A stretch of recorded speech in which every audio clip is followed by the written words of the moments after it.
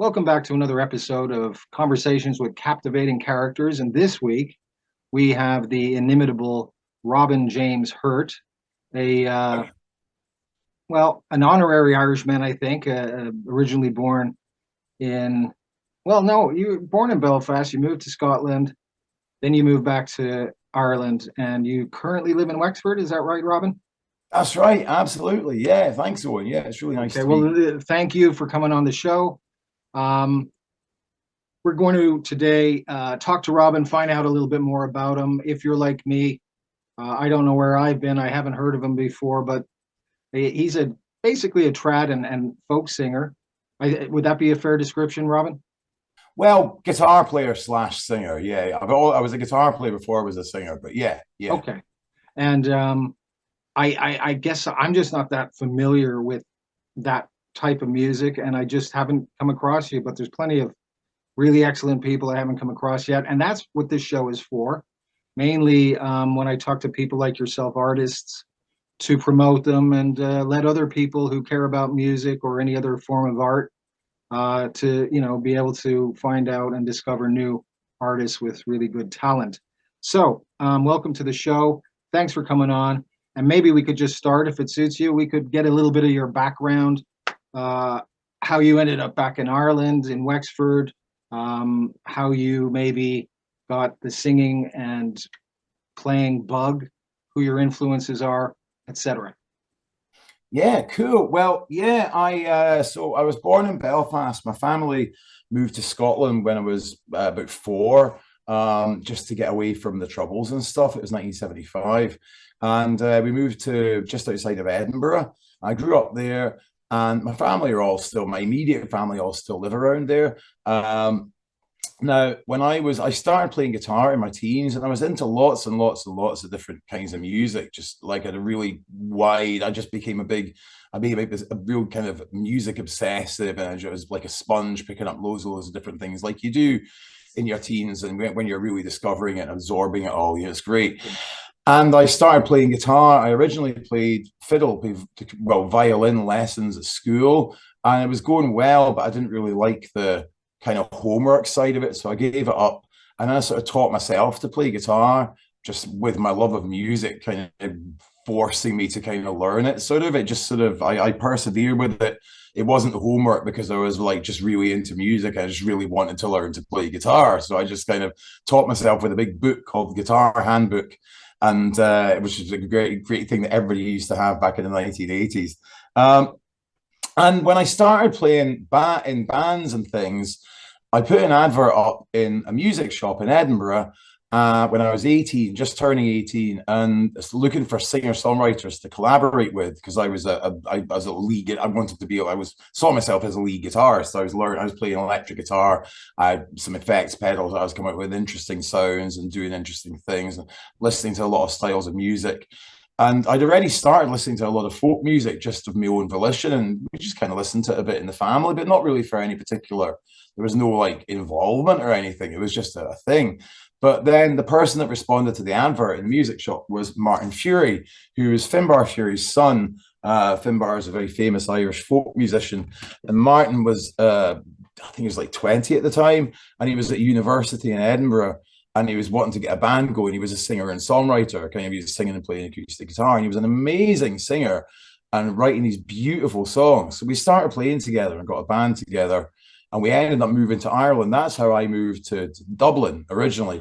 When I was 21, we moved the whole band to Ireland. The rest of us were Scottish or from Scotland, kind of, and it was great. It worked out well. Funnily enough, I live in Wexford now.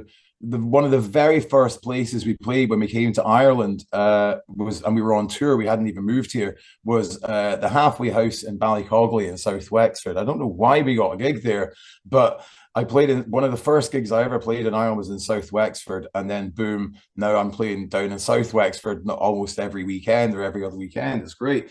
But so we moved to Ireland. The band nearly got signed didn't quite get signed, and then we sort of went our separate ways. We kept in touch since then. We all still collaborate sometimes. I went on. I've done a good few things with Martin over the years since then. I played Glastonbury Festival with him a couple of times and done some albums and things with him. And but so then I was playing in other bands and doing session work as a guitarist in Dublin, working out of Dublin, kind of touring around the world with people, playing with loads of different people, famous people, not so famous people, mostly not so famous people, and playing in bands as well, doing original music.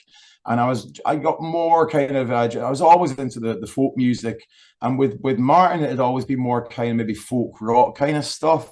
So I was getting more into the trad and stuff as well. And I started getting really a lot more into that, into my early 30s. And I started doing solo stuff then, as a singer, guitarist, doing traditional stuff, playing kind of folk songs, my own versions of folk songs, taking some like old lyrics and writing new music for them, and composing my own instrumental tunes as well. And sometimes there was a couple of things where I wrote my own words for other things as well, but I'm not really a lyric writer. So normally more kind of the music end of it is the original end of it, and arrangement and composition. And that's like, I've been plugging away doing that for a good few years with different musicians and on my own as well.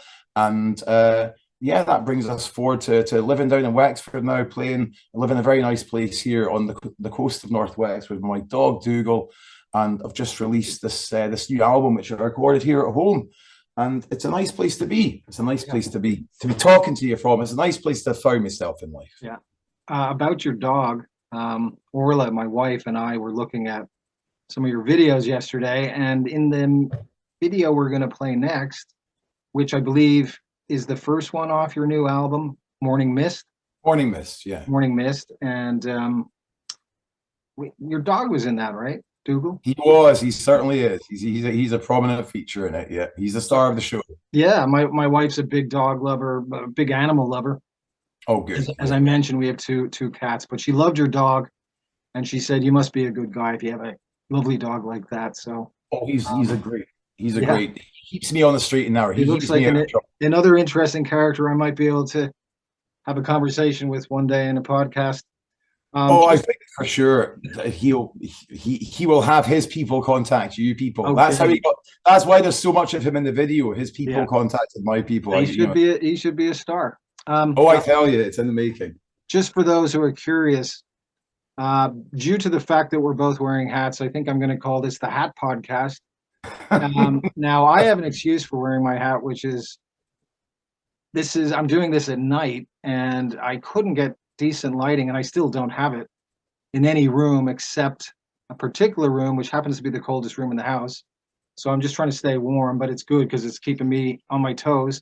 And I think Robin doesn't need an excuse because he just looks good wearing a hat. So well, this is, my daughter thinks I look Dutch in this hat. This is because I live in the middle of nowhere in the countryside by the sea, so it's a farmer's hat. It's just kind of I started wearing this during lockdown. I don't know where I got it from, but it's just kind of stuck.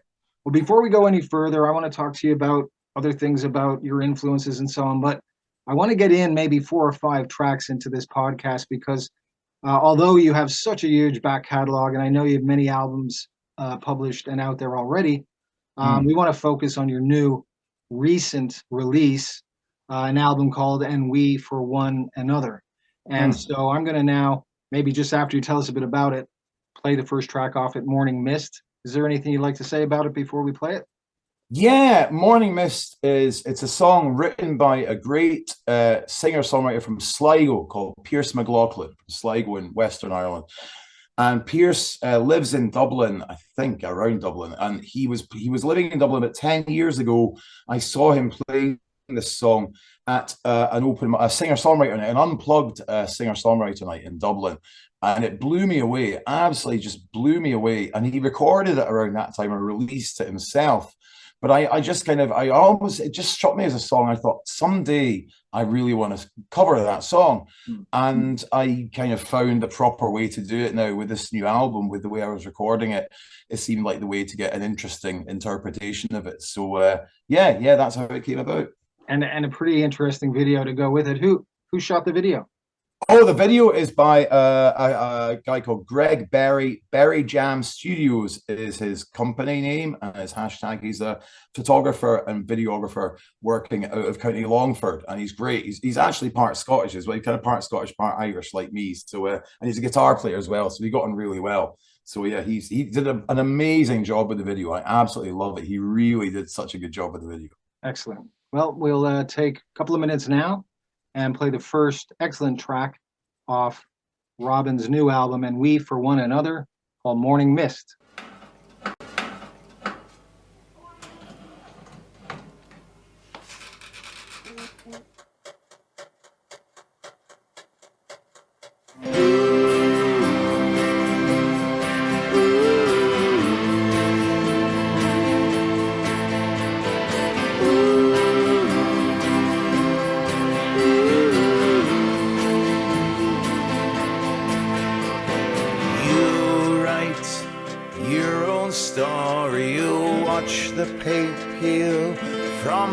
Picture and you know she's a saint, still you stutter words that you would never utter when you're self-aware.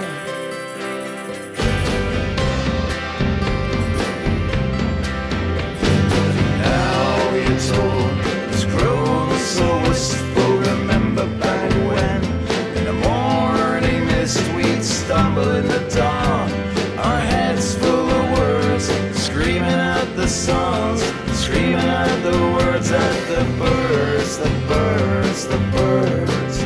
Oh, the birds, the birds, the birds. Oh, the birds, the birds, the birds.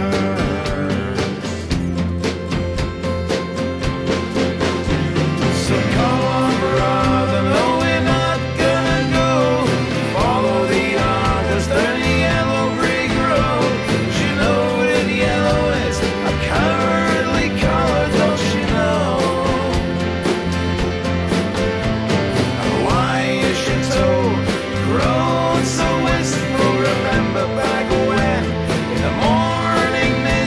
Stumble in the dawn, our heads full of words, screaming at the songs, screaming at the birds, and the birds, the birds, the birds. Ah, the birds, the birds, the birds. Ah, the birds, the birds, the birds.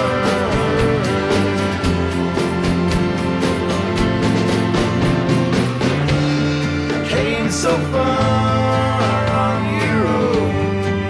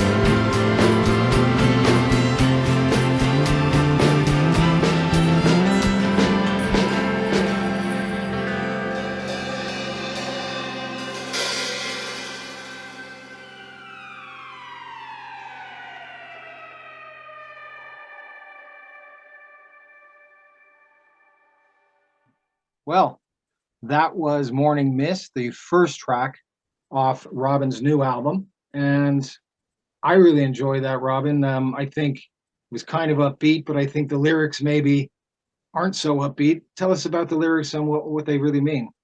Yeah, well, I was saying Pierce wrote it, and I think I always saw it as something very heartfelt. It's always it's all it's and kind of it really kind of goes towards perseverance. I think it kind of nods towards emotional perseverance, and kind of looking back on things and getting through things, and working over things. And that's how I've always sort of thought of it, as that kind of a thing, as a sort of an anthem. And I think I said that once before somewhere in some kind of a thing. It's an anthem to emotional perseverance. And that was kind of how it sort of, if you were to sum it up, I think that's kind of how it struck me, sort of thing. Right. Well, I think those who've seen this now and seen your dog Dougal, he may become famous. He's quite a beautiful dog. Oh, yes. How old is he, by the way? He's 2.5. I got him just at the beginning of lockdown. My next door neighbor, their dog had a litter of pups, and he was one of the pups, so I took him. Well, if you're up for it, I mentioned to you when we spoke beforehand that there is a really cool set of questions known as the Proust questionnaire. Oh, yeah. You've heard of Marcel Proust, the author of, what's it called again? Time Lost, something like that. And I thought, since there's so many, there's about 38 questions, we might start asking you a few now, if that suits you. Okay, cool. Okay, I have them here, and I want to turn this sideways so I don't know what's happening. Never fails, does it? Just give me a sec. Okay. Now, excuse me. The key to this, Robin, I think, is, I mean, you don't know them, so I'm going to ask you, and the key is to just maybe answer, quick off the top of your head. Whatever comes first, it's fine, okay? And we'll do as many of these as we can until we cut for halftime and play your next song, okay? No problem. Okay, here we go. So, what is your idea of perfect happiness? It's a tough one. Fine. No, it's not really, because I was thinking about this recently, and really I think it's kind of comes down to mental. It's the thing that people have been trying to find for an eternity. And I think, like, currently people do a lot of things like mindfulness and stuff. I think perfect happiness it's whether you want to say it's kind of being zen or whatever, being at one with yourself. But I think perfect happiness really is when you're kind of not, when you're in a mental frame of mind that you're I suppose it's to do with, I think it's really down to finding peace of mind, basically finding peace of mind. Okay. If you have to sum it up. What is your greatest fear? My greatest fear personally is being buried alive, or extreme claustrophobia, being stuck in a tight space that I can't get out of physically. Not so much mentally, but physically, particularly physically. That's sure. An abiding fear. Before mobile phones existed, I didn't like to take lifts. Well, if you haven't seen it, don't watch Premature Burial starring Ray Milland. Okay. I saw a movie when I was a kid that had somebody being buried alive in it, and that was one of the things that may have been it. Black and white. Yeah. Yeah. What is the trait you most deplore in yourself? Absent-mindedness. I'm very absent-minded. I have been since like forever. And I, like, the first job I had when I left school, I worked in a bank, which I hated. I absolutely hated it. And I couldn't apply myself, but I got fired after 6 months. And one of the reasons was chronic absent-mindedness, but not persistent absent-mindedness. And I have a massive problem with, just even today with Dougal, we went out for a walk, and I got in the middle of like holding a bunch of different things in my hands. I had his lead. I'd taken his collar off because he'd been splashing in the water and it was wet. And I had my phone, and somebody was on to me about an interview for the album.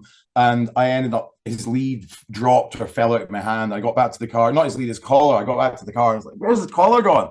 And I actually went back walking through the woods, couldn't find it. And this is the sort of thing that happens to me all the time, just randomly forgetting, or like money falling out of my pocket or something like that, just because I didn't put it in properly. And it's not an old man thing. I've been doing it since like forever. Like, it's just the most frustrating thing. I've tried so many ways to get over it, and that is clearly definitely maybe we could talk about that sometime. I help people with problems like that, but that's another issue. What trait do you most deplore in others? Oh God.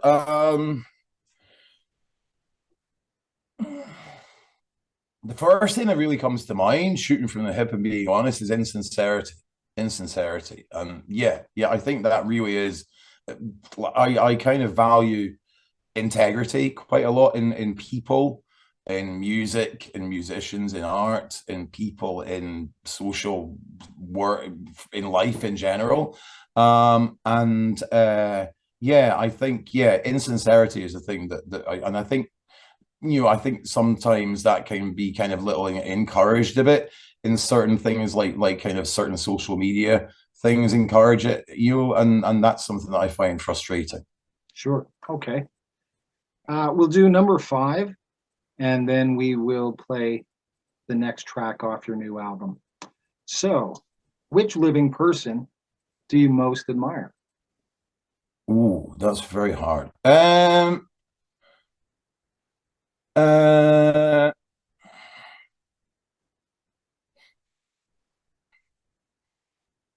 there's an awful lot. There are an awful lot of people. I'm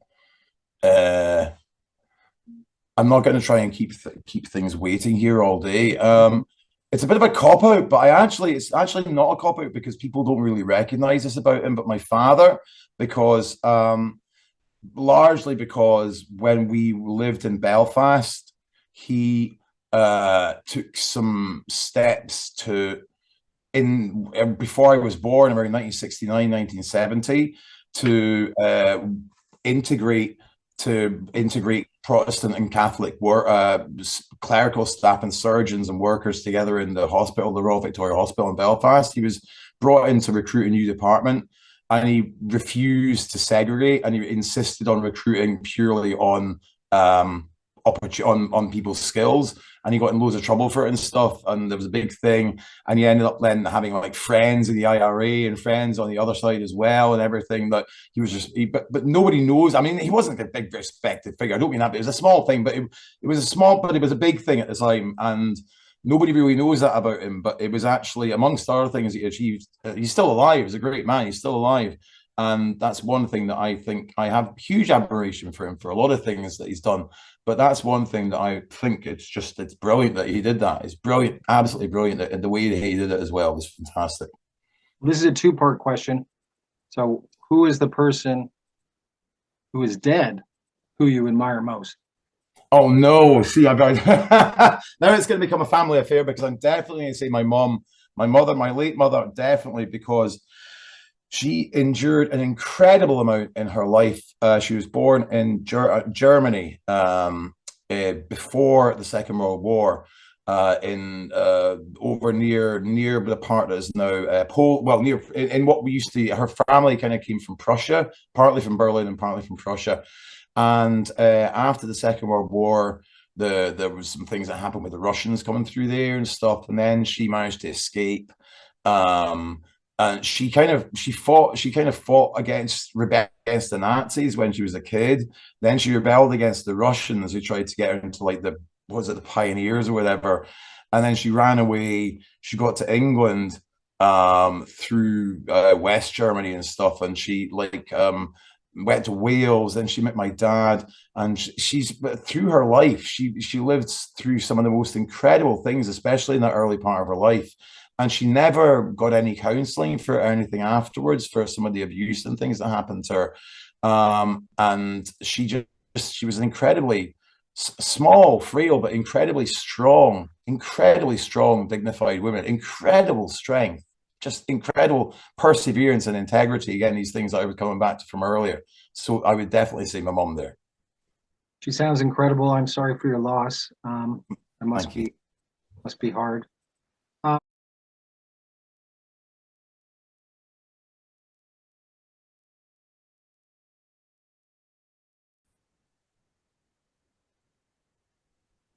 Well, I think it's time we have another track. How about we play, I hope I'm saying this right, the Keek and the Creel. Is that correct? Absolutely.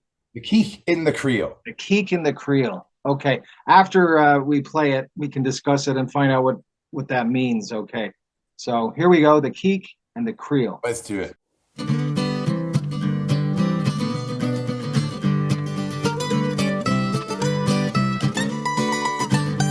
Ricky-doo-dum-day, doo-dum-day, ricky-dicky-doo-dum-day. A fair maid, she went up the street, some whitefish for to buy, and a bonny clerk's fell in love with her, and he's followed up by and by. Ricky-doo-dum-day, doo-dum-day, ricky-dicky-doo-dum-day. Oh, where live you, my bonny wee lass? I pray you tell me true. And though the night be so dark, I'll come and visit you. Ricky-doo-dum-day, doo-dum-day, ricky-dicky-doo-dum-day. My father locks the door at night, my mother keeps the key. And though you were such a roving blade, you can't come into me. Ricky-doo-dum-day, doo-dum-day, ricky-dicky-doo-dum-day. But the clerk, he had a young brother, and a wily wight was he. And he has made a lang ladder with 30 steps and 3. Ricky-doo-dum-day, doo-dum-day, ricky-dicky-doo-dum-day. He's made a cleek bit and a creel, the creel's put in a pin. And he's a-wanted a chimney top, and he's letting the bonny clerk in. Ricky-doo-dum-day, doo-dum-day, ricky-dicky-doo-dum-day. Now the old wife couldn't sleep that night, though late was the hour. I'll lay my life, says the silly old wife, there's a man in her daughter's power. Ricky-doo-dum-day, doo-dum-day, ricky-dicky-doo-dum-day. Rise up, my old good man, and see if this be true. Well, if you want to rise, and rise yourself, I wish the old chill had you. Ricky-doo-dum-day, doo-dum-day, ricky-dicky-doo-dum-day. Then up she rose and down she goes, and into the creel she flew. And a clerk's brother, the chimney top, well, they found that the creel was full. Ricky-doo-dum-day, doo-dum-day, ricky-dicky-doo-dum-day. He's hauled her up, he's hauled her down, he's gained her rick down far, till every ribbon he always side played knick-knack with the wall. Ricky-doo-dum-day, doo-dum-day, ricky-dicky-doo-dum-day. Here we go.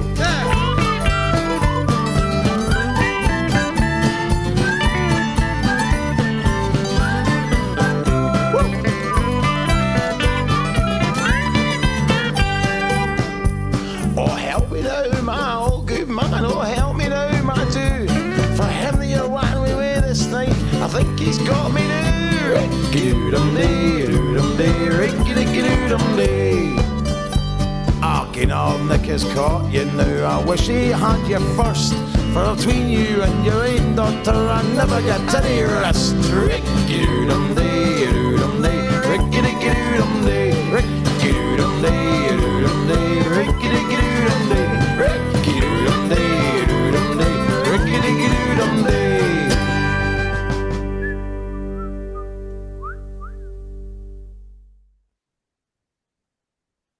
Well, that was the Keek and the Creel off of Robin's new album. And the first thing I have to ask, well, firstly, it's quite an upbeat, kind of jaunty song with a lot of interesting things going on in it. What does that even mean, the Keek and the Creel? Well, the whole thing is a bit of a daft wee story song. And it's kind of, the title is an allegory. It's about a young clerk and a fisherman's daughter who they take a shine to each other. They meet in the main street of this little Scottish town by the sea, and they take a shine to each other. And he wants to try and meet her and get up to her bedroom and try to find. He's trying to find a way to get up the outside of her house to get into her bedroom, basically. And her mother and her father are in bed, and they suspect this. And the mother gets involved, and the clerk is trying to use a rope and a creel, which is a fisherman's basket, to help him haul him up the side of the wall with a rope and a in his basket. And so he's the catch. That type of basket is called a creel, and they use it in Scotland. It's a fisherman's wicker basket for storing their catch when they come back from the sea. And the catch would be known as the keech, Keach, and the creel is the basket in the creel. Okay. Keech in the creel. So in this instance, the keech, the catch in the creel, is actually the guy, the young lad, trying to get see the young one in the bedroom. So that's the kind of story behind it. And it's got the Ricky Doo Dundee chorus sing along thing. And kind of, I added in some things. I was trying to think what it needed, and I had a kind of a not slightly naive, not like a childhoody kind of days gone by kind of quality to the story, and it was fast. And I thought recorder would sound good, like recorder that you learn to play at school. It did. So I thought, how can I find some recorder? And I thought about like asking local schools or something if they had any recorder players. But I put it up on Facebook, and I found two wonderful musicians, Amanda Young from Dublin, who I knew already, and a wonderful player from Norwich in Norfolk in England called Dorothea Bergman, who they both kind of came up with different recorder parts for the same song, and they sent them to me remotely, and I added them into the track, and it worked really well. So that was a lot of fun. Great. Well, as far as the album goes, that we're mainly talking about on this podcast. Now we'll put the details in the description, but is this available to be purchased online? It is. It's available. If you go to robinjameshurt.com, my own website, there's a shop there. You just click on the shop page, and it's got an icon right there to buy it, and you buy it through PayPal from my website. It's a fully secure site. I've got my e-commerce all up to date and everything. Excellent. So that's grand, and it'll ship to anywhere in the world. Just put the address in. There is a glitch where it says on the thing, you could put in like send to Robin James Hurt, blah, blah, blah, address, Sydney, Australia, and it'll say Sydney, Ireland on the computer. But for your listeners, in case anybody's ordering, it does say Australia. I know where Australia is. It's fine. So don't worry about that. But you can buy it from there, from robinjameshurt.com, or from Bandcamp. You can search on Bandcamp for Robin James Hurt, and you'll find my album there. You can download it from there, and you can also download it on Apple Music and Amazon Music and all those kind of places as well. So it's okay. So yeah, CD from the website or from Bandcamp, and then download from all your favorite places. Great. Well, if it's good for you, I was very much enjoying asking you the Proust questionnaire questions a little while ago. Oh yeah. Maybe we could continue with those. There are a good few of them, and I like them because, it gives us a little insight into your character and who you are. So if you're ready, we'll continue. Absolutely. Can you just say something again? You sounded like you went out there. Hello, 1 2, check 1 2. Am I here? You're good. You're good. Okay, ready. What is your greatest extravagance? Probably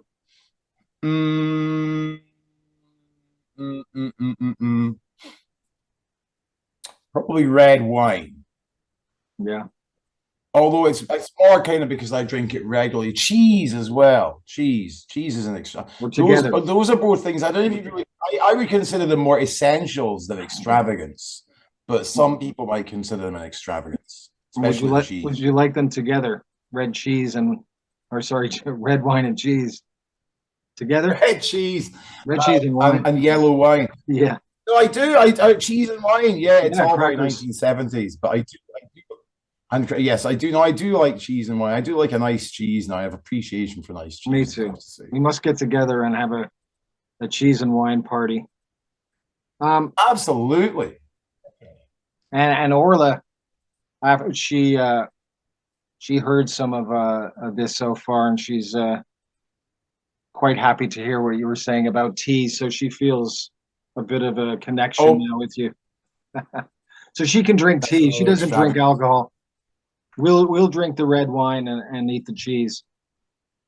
So what is your current state of mind, Robin?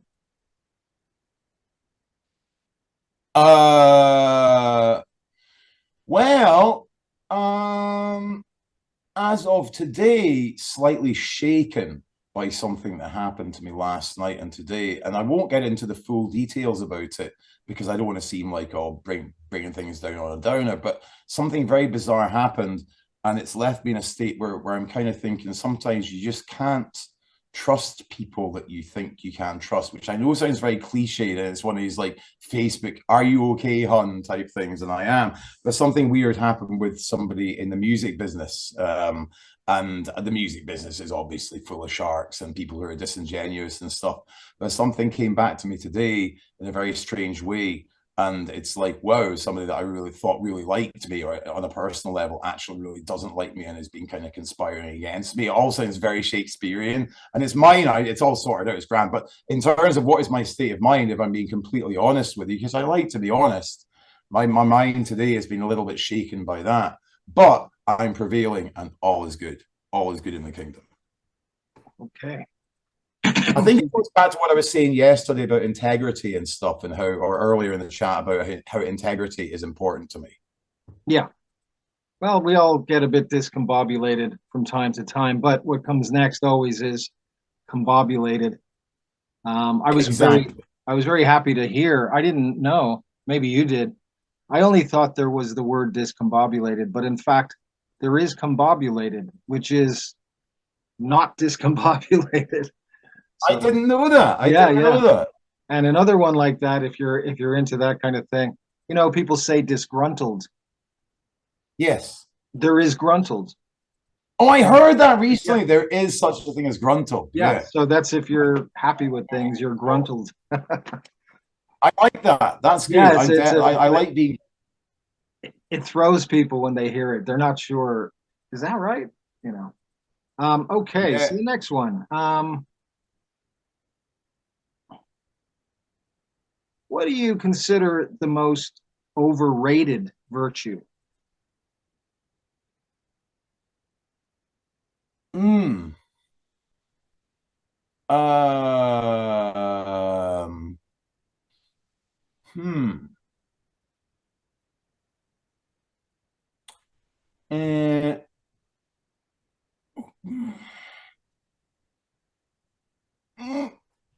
I don't know, in some senses,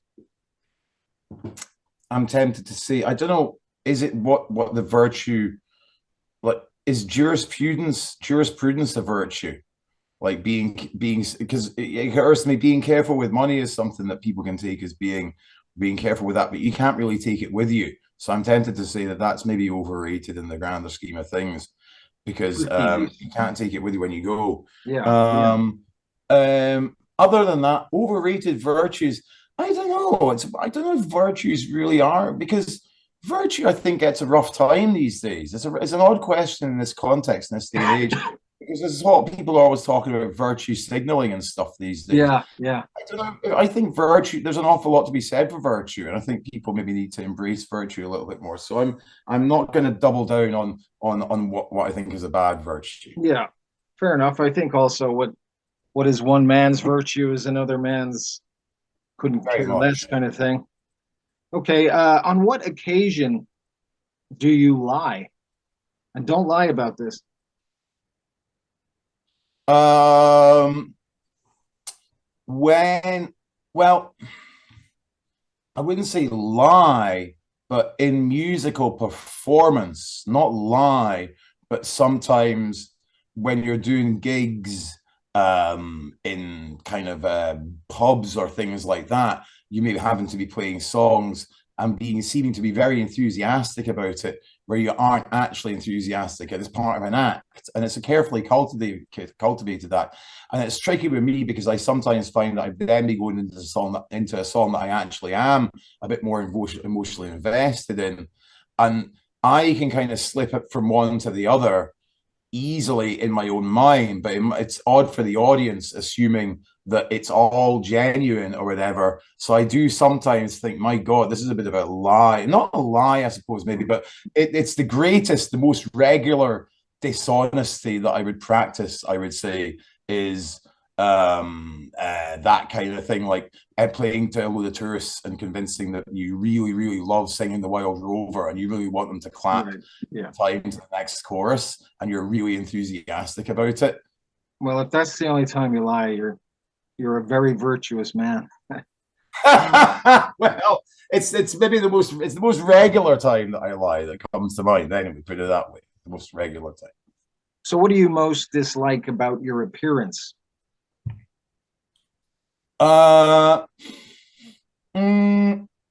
Very, very easy to answer that one. Very easy to answer because it always gets me in a lot of trouble. Is I have the worst, the term is resting bitch face in the world. I have the worst kind of like hangdog kind of expression sometimes when I'm just minding my own business, just happy as a clam. Yeah. Maybe thinking about something, maybe even thinking seriously or not seriously about something, but just like blah, blah, blah. Like even probably if somebody took a still of this picture now, it's like kind of thing. So my face tends to look a lot more serious than I am, which especially as an entertainer can be quite tricky because you have to try and do plastic smiles quite a bit and stuff like that. So I would say that it kind of feeds back into the lying thing as well. I sometimes feel that people perceive me to be kind of more crabby looking than I am. And it's like, no, I wish I didn't give that opinion of because I'm actually not. But it's the resting bitch face phenomenon. It's funny you use that phrase. I was using that phrase to describe one of our cats, the small one, Lucy. She has that. She just often just looks like she's sitting there looking really bitchy for no reason. But she's a little sweetheart. She's a feisty little thing. Anyway, the next one. You might not even answer this. Which living person do you despise? Which living person do I despise? Do you most despise? Oh, I don't know. I don't know how that's. I'm not sure who I most despise. Well, maybe that's a strong word. Maybe just dislike.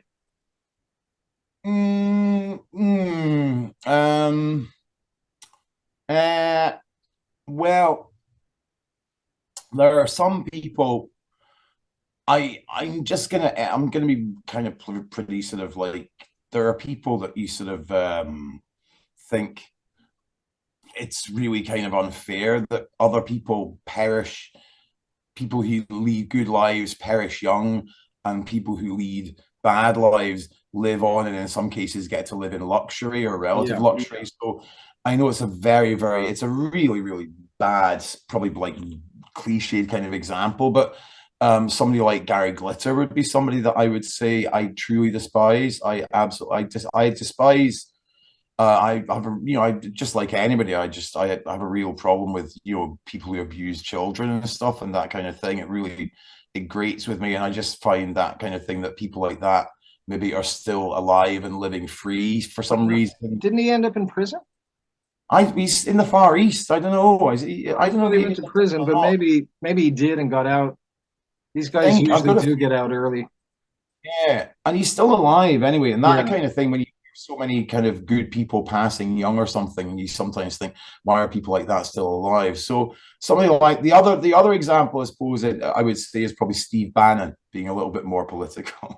Okay, all right. Well, I'm with you on those, and we'll throw Savile in there too. Oh, definitely, yeah. Oh, yeah. Definitely. What is the quality you most like in a man? It's really hard to describe. I don't know. Sometimes you meet somebody and you just get a good vibe from them. Sense of humor. People always say that about women and like dating and what do you look for a guy. in a guy's sense of humor. And for me, like, yeah, totally. I think really kind of in yeah, anybody that I'm kind of good pals with, male or female, but particularly, yeah, well, in both contexts, it's like a sense of humor thing. There's a lot of sense of humor there, so definitely. So you would say that for a woman too, and we can skip the next question. Well, yeah, I mean that's a very cliched answer for a woman. So it's kind of in what is the exact, how is it worded for in a woman? What quality do you like most in a woman?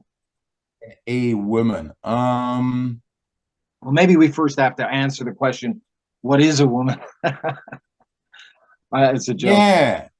We won't go there. It's a joke about the fact that what's nobody can answer that anymore. It's all down to context, really, I suppose. Because I was going to say femininity is probably the thing that I like most in a woman. So yeah, femininity. Okay, that's a fair one.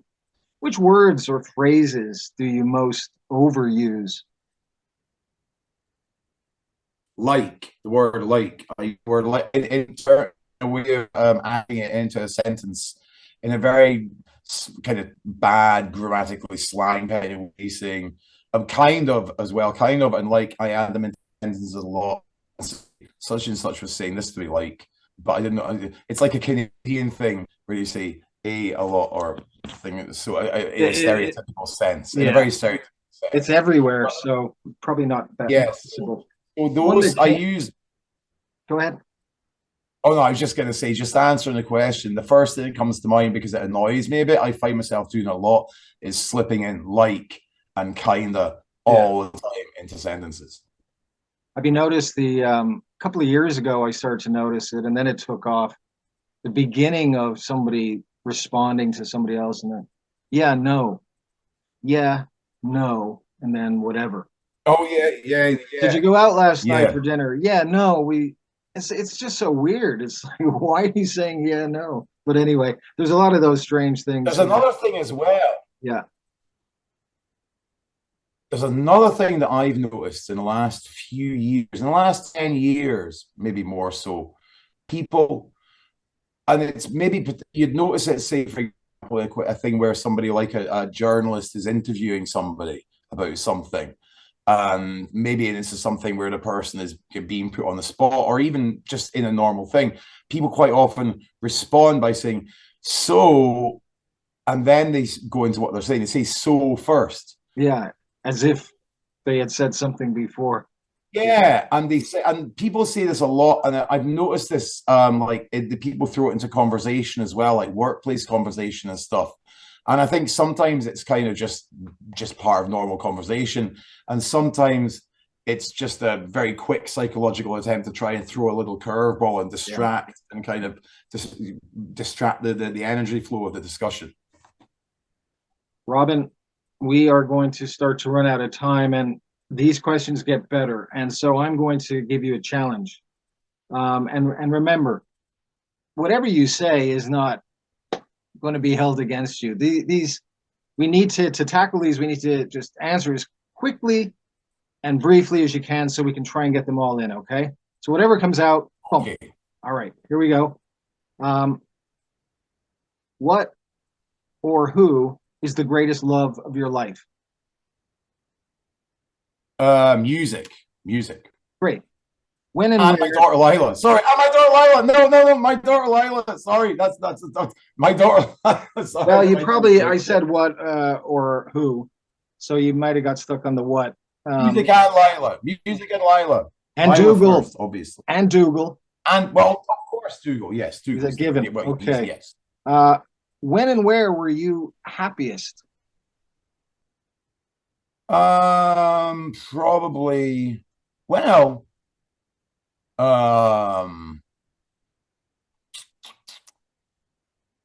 Some point in the last, probably walking my dog with my daughter in Kilmichael here is probably the happiest I've been. Other than that, Glastonbury Festival 2004.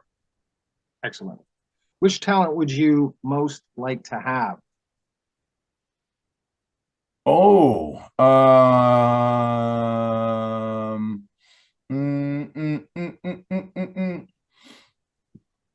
probably playing piano. Playing piano. Okay. What if you could change one thing about yourself, what would it be? Uh, probably going back to what we said before, I would probably take out the absent-mindedness. Okay. What do you consider your greatest achievement? My new album, And We for One Another. It's available now. Musically speaking, in terms of my musical career, right now, I would say I'm intensely proud of it. Other than that, I love my daughter, and I'm very, very proud of my daughter being in the world. And she's a musician now as well at the age of 15. And we converse about music a lot. So I'm very, very proud of her and very honored to have her in the world and to try and kind of just do a bit of that with her, you know? Is she pursuing a music career? Well, I don't know, but she's only 15, so Yeah. it's much. She wants it to be more of a hobby. She wants to get into, I think, psychology right now is still the main career that she wants to choose. But music is something that she's very into, and she plays piano and plays guitar and sings, and she's writing her own songs and everything and stuff. Great. So Will we I'm see maybe some of her stuff on YouTube or anything? hopefully sometime soon. Her band are going to record sometime next month, I believe. Hopefully before Christmas, they're going to try and do their first recordings, demo sessions. Yeah, Maybe I'll she keep you consider coming on the show sometime. Oh my! She taught rings around me. She's a very smart young girl. Obviously, young woman. She's a very smart. That would young be woman. yeah, Very that'd be great. If you were to die and come back as a person or a thing, what would it be, or who would it be? If I was to die, if I had a choice, Yeah, you can come back as a Between- person or a thing. What would you pick? a red panda. Okay. Red panda. I'd like Yeah, to they be are a red panda. beautiful. I hope you They're, were treated well. Not hunted. yeah, no, I know, but that's something I've always had a long term. I'd be lying. I'd be dishonest if I didn't say a red panda because I thought about that before. Fair enough. Where would you most like to live? I actually am blessed to say that genuinely, I really am very, very happy where I live. I live in a wee Coast Guard station on the coast here in Wexford, and it's a small little house, and it's got its problems, and it's very cheap and a bit scruffy, but it's perfect for me, and I feel that I'm blessed to be able to live here. I'm very, very lucky to be able to live here. So I would say, like, I couldn't really. I'd have to say, hand on heart, that I feel I am one of the top 1% in that sense. That I'm lucky that I actually am able to live somewhere that I really like living. So I'm very happy with that. Excellent. Now I'm going to put the challenge really strong on you now. We've got to 1, 2, 3 word answers, okay? To get them all in, because I'd love to hear your answers. Okay, here we go. What is your most treasured possession? Possession, as in inanimate object, is my Martin guitar. Okay. What do you regard as the lowest depth of misery? Oh God.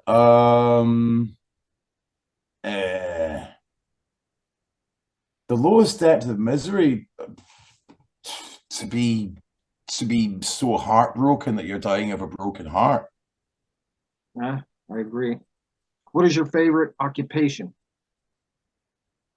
Oh, well, without a doubt, musician. What I do is my favorite occupation, definitely. It's good that you're doing what you love. What is your most marked characteristic? I really don't know. I would think that's from other people's point of view, probably. What do you think people? I don't know.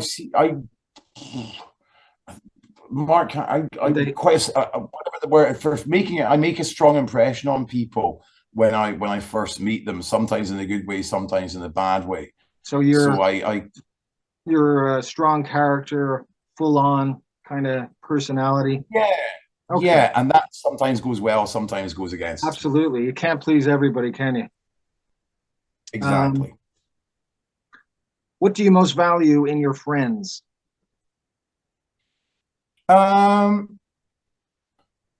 Well, It's a mixture of things, but I suppose just really kind of support, integrity, being there for you, honesty, support and honesty, and just good, like love, or it doesn't even have to be love, but yeah, I guess emotional support for each other, and going back to what we said before, a sense of humor as well. Okay. Who is your hero of fiction?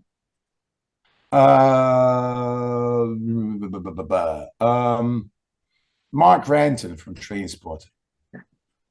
Which historical figure do you most identify with? Oh God.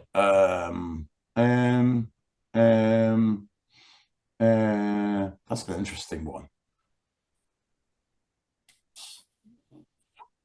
I haven't got a notion. Historical figure that I most identify with. Maybe it's a musician or singer or Oh, well, we see historical. I was kind of going back to Roman emperors and things. anybody in the past, really. Oh, right, right. Okay, that's a little bit more, okay. Davy Graham, guitarist, folk guitarist, Okay. legendary, iconic folk guitarist. And who are your heroes in real life? He would be one of them. He would definitely be one of them. He's passed on now. So, but in terms of people who are still alive, real life heroes, oh God. Well, heroes. It's hard to kind of use the term. There are many musical influences and musical heroes and things. Heroes, I would say. Who was the man now? Was it Attlee or Bevan? Was it Bevan that started the National Health Service in England? The minister that started the National Health Service. I don't know, but that's with an Iron Bevan. Okay. I would say an Iron Bevan and Nicola Sturgeon as well. Okay. Controversially. Okay. Here's a good one. If God exists and you get to the gates of heaven, what would you say to him? Oh, hmm.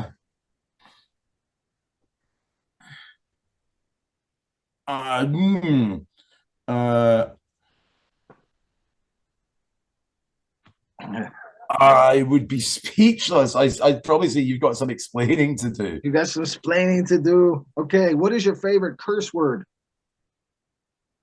Just say it. Key bag. I haven't heard that for a long time. Key bag. It's crazy. What is your motto?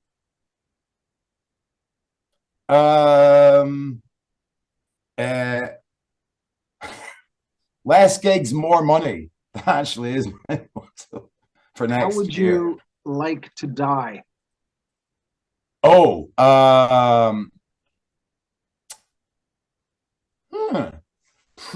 ideally, probably in my sleep, but before I had deteriorated too far, or at least in some way. What I very much like to, I would like to die in any way that doesn't involve me gradually deteriorating away, basically, or suffocating to death in a box.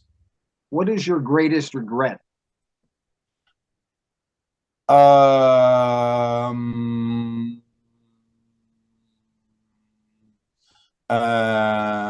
The breakup of my marriage, which is a bit of a personal thing to say. Yeah. So actually, yeah.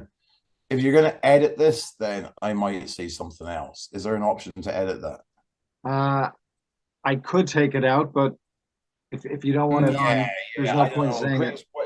Sure, we'll talk sometime over a pint and get it all out. Yeah. I don't know about that one. I'm not sure what my greatest regret is. I don't have enough. Well, that's a fair one, isn't it? I mean, I was married before this marriage, and it's a tricky one, regret, because if it means would you like to go and change it? If I change that, then the way my life is now would be changed, and would I want that? And it's a tricky one. Sure, I think things to go different. Go ahead. My greatest regret probably is just overall in life not having more patience, I suppose. Really, it would be more if I was going to look back at something that I'm not so much a regret, but something that I could say, well, if I could change that, like maybe more so than one specific thing like the breakup of a marriage, I would say something like just from an earlier age, if I'd be able to just grasp a bit of patience a bit more, my life would have been an awful lot easier. Okay, one quick fast plug for your album, and we're going to say goodbye, and I'm going to play out with the Galway Shawl. What would you like to say about your album? It's a wonderful, warm, lo-fi collection of folk songs and tunes, and I hope you enjoy listening to it. I hope you enjoy this version of the Galway Shawl, and thank you very much indeed to Owen. Thank you, Robin. Thanks for coming on, sharing your time, and we'll play out with the Galway Shawl, and I'm sure I'll see you again, and maybe your daughter. Take care and say hello to Dougal. Definitely. All right, man. Be good. Will do. Cheers. Be good. 1, just gonna cut. 2, 3, 4.